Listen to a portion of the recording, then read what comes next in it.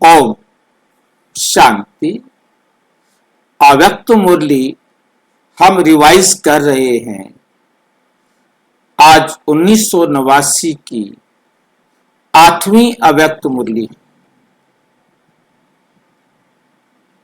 आज की मुरली का विषय है सदा प्रसन्न कैसे रहें।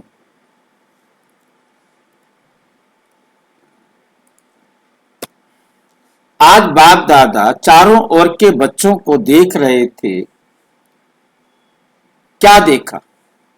हर एक बच्चा स्वयं हर समय कितना प्रसन्न रहता है, साथ साथ दूसरों को स्वयं द्वारा कितना प्रसन्न करते, क्योंकि परमात्मा सर्व प्राप्तियों के प्रत्यक्ष स्वरूप में प्रसन्नता ही चेहरे पर दिखाई देती। प्रसन्नता ही चेहरे पर दिखाई देती है। प्रसन्नता ब्राह्मण जीवन का विशेष आधार है। अल्पकाल की प्रसन्नता और सदा काल की संपन्नता की प्रसन्नता, इसमें रात दिन का अंतर है। एक है अल्पकाल की प्रसन्नता, एक है सदा काल की प्रसन्नता। अल्पकाल की प्रसन्नता अल्पकाल की प्राप्ति वाले के चेहरे पर थोड़े समय के लिए दिखाई देती है, लेकिन रूहानी प्रसन्नता स्वयं को तो प्रसन्न करती ही है, लेकिन प्रसन्नता के वाइब्रेशन अन्य आत्माओं तक भी पहुंचते हैं। अन्य आत्माएं भी शांति और शक्ति की अनुभूति करती हैं। जैसे फलदायक वृक्ष अपने शीतलता की छाया में थोड़ा समय के लिए मानव को शीतलता का अनुभव कराता है और मानव प्रसन्न हो जाता है, ऐसे परम आत्मा परमात्म प्राप्तियों के फल संपन्न रूहानी प्रसन्नता वाली आत्मा दूसरों को भी अपने प्राप्तियों की छाया में तन मन की शांति और शक्ति की अनुभूति कराती है। प्रसन्नता के वाइब्रेशन सूर्य की किरणों समान वायुमंडल को, व्यक्ति को और सब बातें भुलाए सच्चे रूहानी शांति की खुशी की अनुभूति में बदल देते हैं।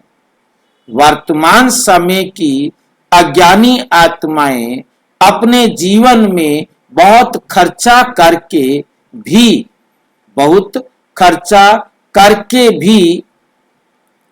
प्रसन्नता में रहना चाहती हैं। आप लोगों ने क्या खर्चा किया? बिना पैसा खर्च करते भी सदा प्रसन्न रहते हो ना? व औरों की मदद से प्रसन्न रहते हो। बाप दादा बच्चों का चार्ट चेक कर रहे थे। बाप दादा बच्चों का चार्ट चेक कर रहे थे। क्या देखा? एक है सदा प्रसन्न रहने वाला और दूसरे हैं प्रसन्न रहने वाले। सदा शब्द नहीं है। प्रसन्नता भी 3 प्रकार की देखी। एक प्रसन्नता है स्वयं से प्रसन्न, दूसरा दूसरों द्वारा प्रसन्न और तीसरा सेवा द्वारा प्रसन्न। अगर तीनों में प्रसन्न है तो बाप दादा को स्वतः ही प्रसन्न किया। तो समझो कि उसने बाप दादा को भी प्रसन्न कर लिया।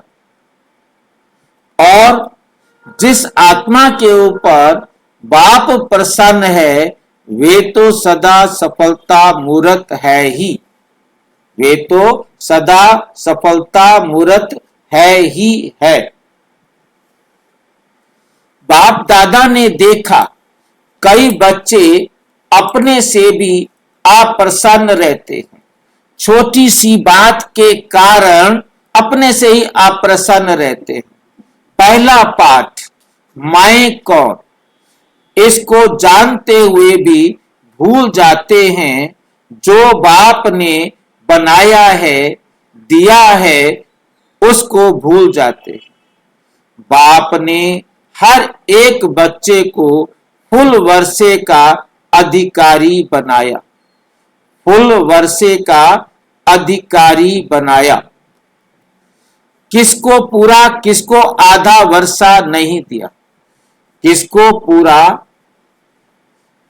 किसको आधा वर्षा नहीं दिया है। किसको आधा व चौथा मिला है क्या?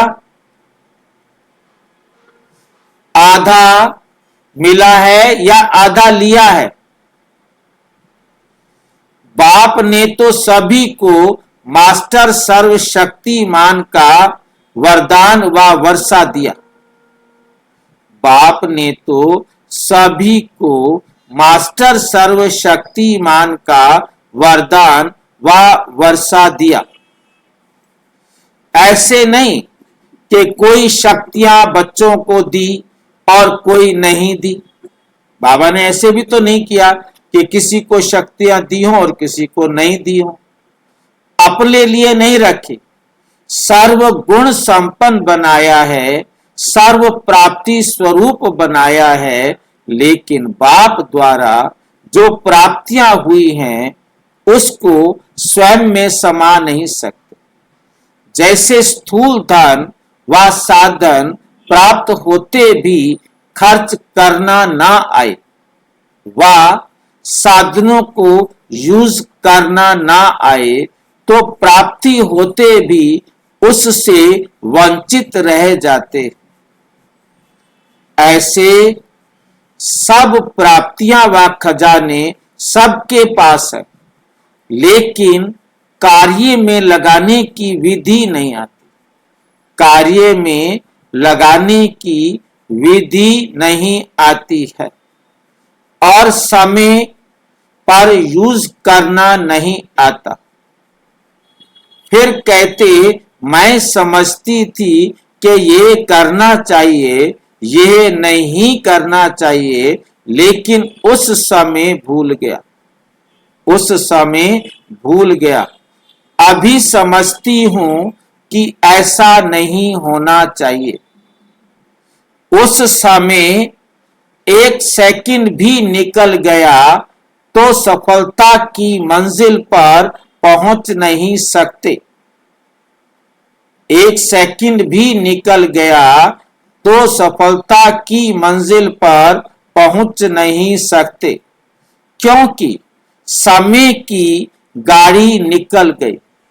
चाहे एक सेकंड लेट किया, चाहे एक घंटा लेट किया, समय निकल तो गया ना।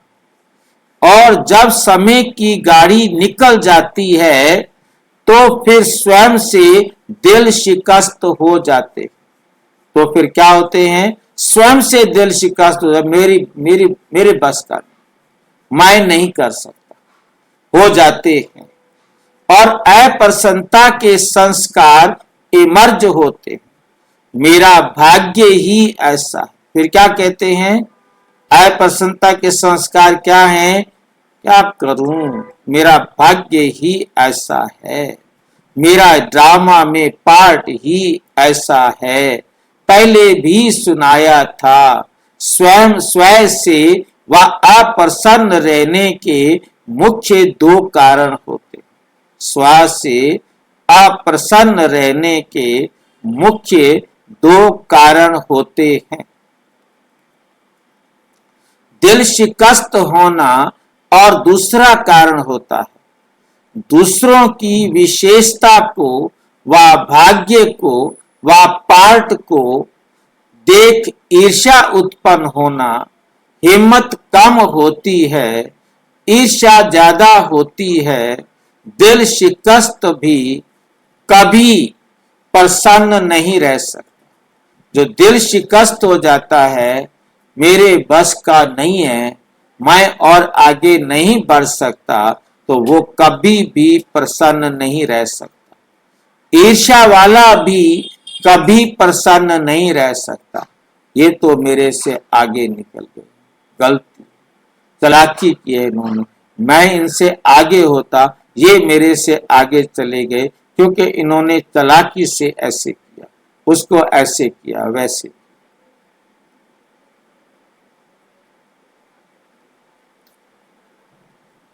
कभी प्रसन्न नहीं रह सकता, क्योंकि दोनों हिसाब से ऐसी आत्माओं का की इच्छा कभी पूर्ण नहीं होती।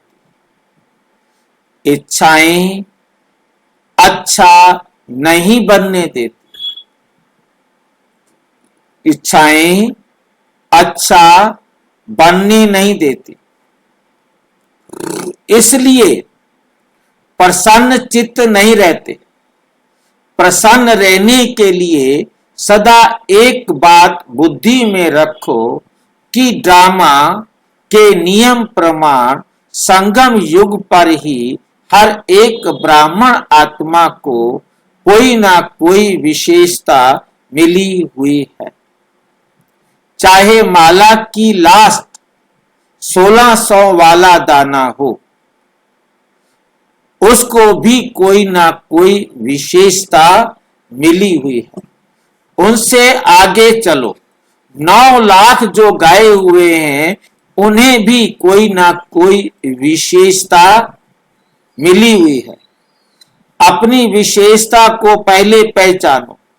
अभी तो 9 लाख तक पहुंचे ही नहीं, क्योंकि जब मुरली चली थी 89 में, तब तक 9 लाख भाई बहन भी नहीं हुए थे।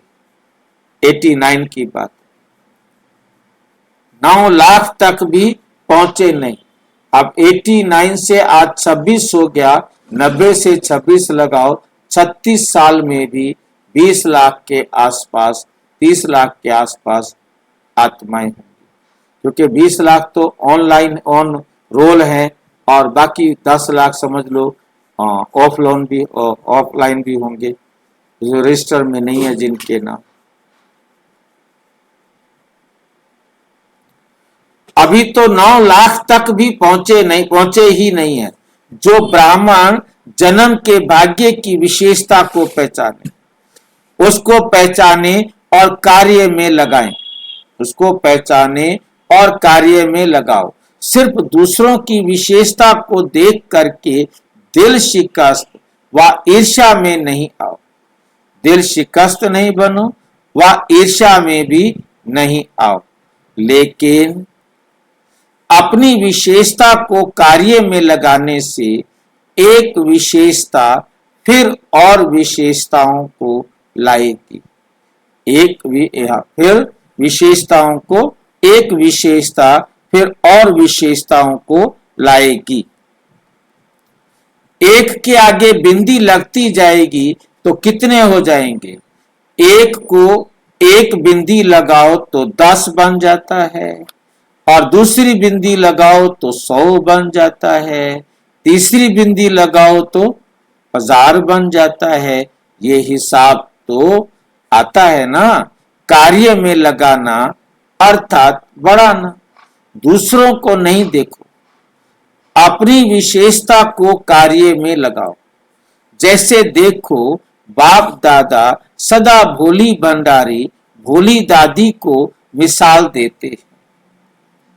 महारथियों का नाम कभी आएगा, लेकिन इनका नाम आता है जो विशेषता थी वे कार्य में लगाई।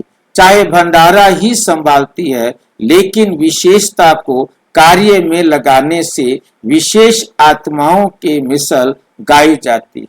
सभी मधुबन का वर्णन करते तो दादियों की भी बातें सुनाएंगे, तो भोली की भी सुनाएंगे। भाषण तो नहीं करती भोली दादी, लेकिन विशेषता को कार्य में लगाने से स्वयं भी विशेष बन गई।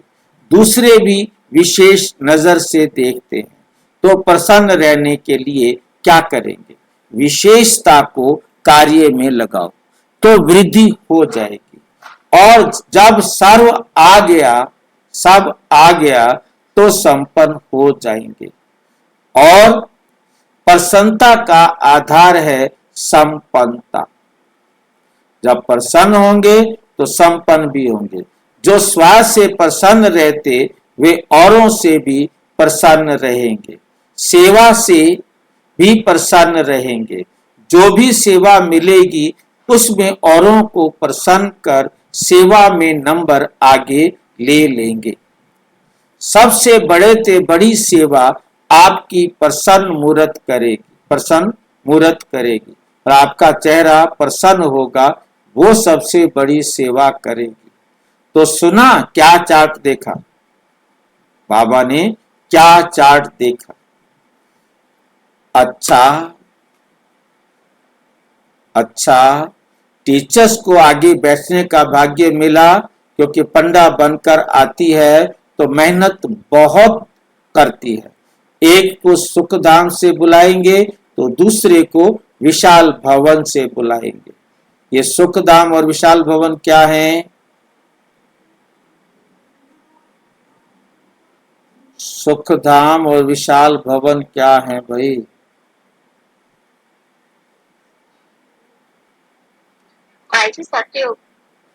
ये जो है ना, पांडव भवन में दो बिल्डिंगों का नाम है। एक बिल्डिंग का नाम है सुखधाम और दूसरी बिल्डिंग का नाम है विशाल भवन, पांडव भवन में। ठीक है कि नहीं? जैसे नीचे त्रिलोक है, कमल कुंज है, ऋषि भवन है, वैकुंठ है, ऐसे वहां पर भी बिल्डिंगों के जो दो नाम है, एक है सुखधाम, एक है विशाल भवन, एक विज्ञान भवन। तो ऐसे भवनों के नाम दिए हुए। तो बाबा ने उनके नाम लिए कि कोई बहन वहां पर रहती है तो कोई दिन वहां से बुलाना पड़ेगा। एक्सरसाइज अच्छी हो जाती है। सेंटर पर तो पैदल करती नहीं हो। जब शुरू में सेवा आरंभ की तो पैदल जाती थी ना। आपकी बड़ी दादियां भी पैदल जाती थी। सामान का थैला हाथ में उठाया और पैदल चली। आजकल तो आप सब बने बनाए पर आए हो तो लक्की हो ना, बने बनाए सेंटर मिल गए हैं, अपने मकान हो गए हैं। पहले तो जमुना का घाट पर भी रही, मतलब कोई दिल्ली में रहने के लिए कमरा नहीं देता। तो जमुना के घाट पर वो भी बिना छत वाली एक 4 दीवारी पड़ी थी, उसी में जाके रहे, बिना छत, बिना दरवाजा। एक सोती थी और एक जागती थी।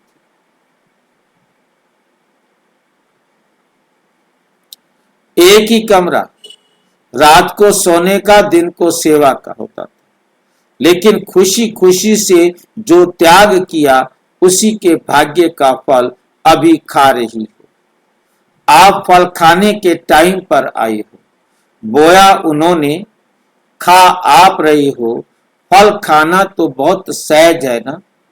सब ऐसे फल स्वरूप क्वालिटी निकालो। समझा? क्वांटिटी, संख्या तो बहुत है, संख्या तो है ही, और ये भी चाहिए 9 लाख तक जाना चाहिए। 9 लाख तक तो जाना है ना। तो क्वांटिटी और क्वालिटी, क्वांटिटी के साथ संख्या तो बढ़ाओगे तो उसके साथ उसके गुण भी बढ़ाओ।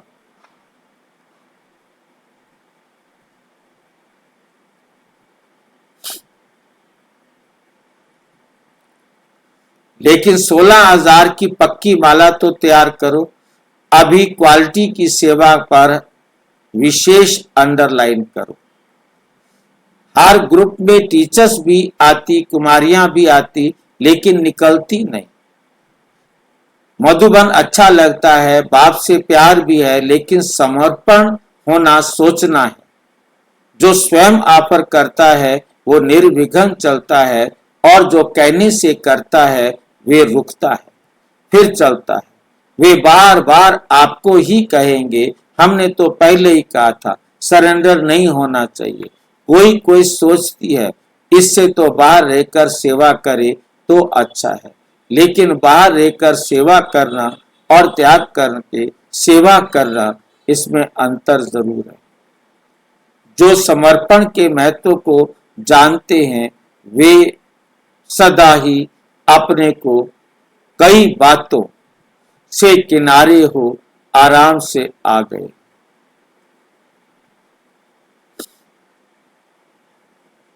कई मेहनत से छूट गए। तो टीचर्स अपने महत्व को अच्छी रीति जानती हो ना। नौकरी और ये सेवा दोनों काम करने वाले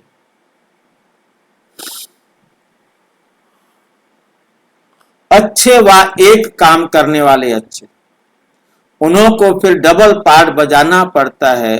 भल निर्बंधन है, फिर भी डबल पार्ट तो है ना। आपका तो एक ही पार्ट है, प्रवृत्ति वालों के 3 पार्ट बजाने पड़ते हैं। एक पढ़ाई का, दूसरा सेवा का, और उसके बाद पालना का। आप तो सब बातों से छूट गए। आप तो क्या हो गई हैं? सब बातों से छूट गई।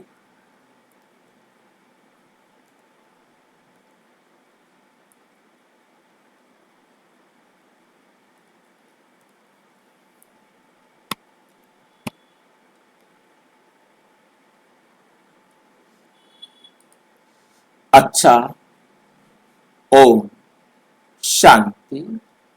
और विस्तार से जानने के लिए प्रजापिता ब्रह्मा कुमारी ईश्वरीय विश्वविद्यालय के किसी भी सेवा केंद्र पर संपर्क करें। और यदि कोई प्रश्न है तो 9213106986 पर अराटाई या टेलीग्राम करें। 9650692270 पर केवल व्हाट्सएप करें, फोन नहीं। ओम शांति।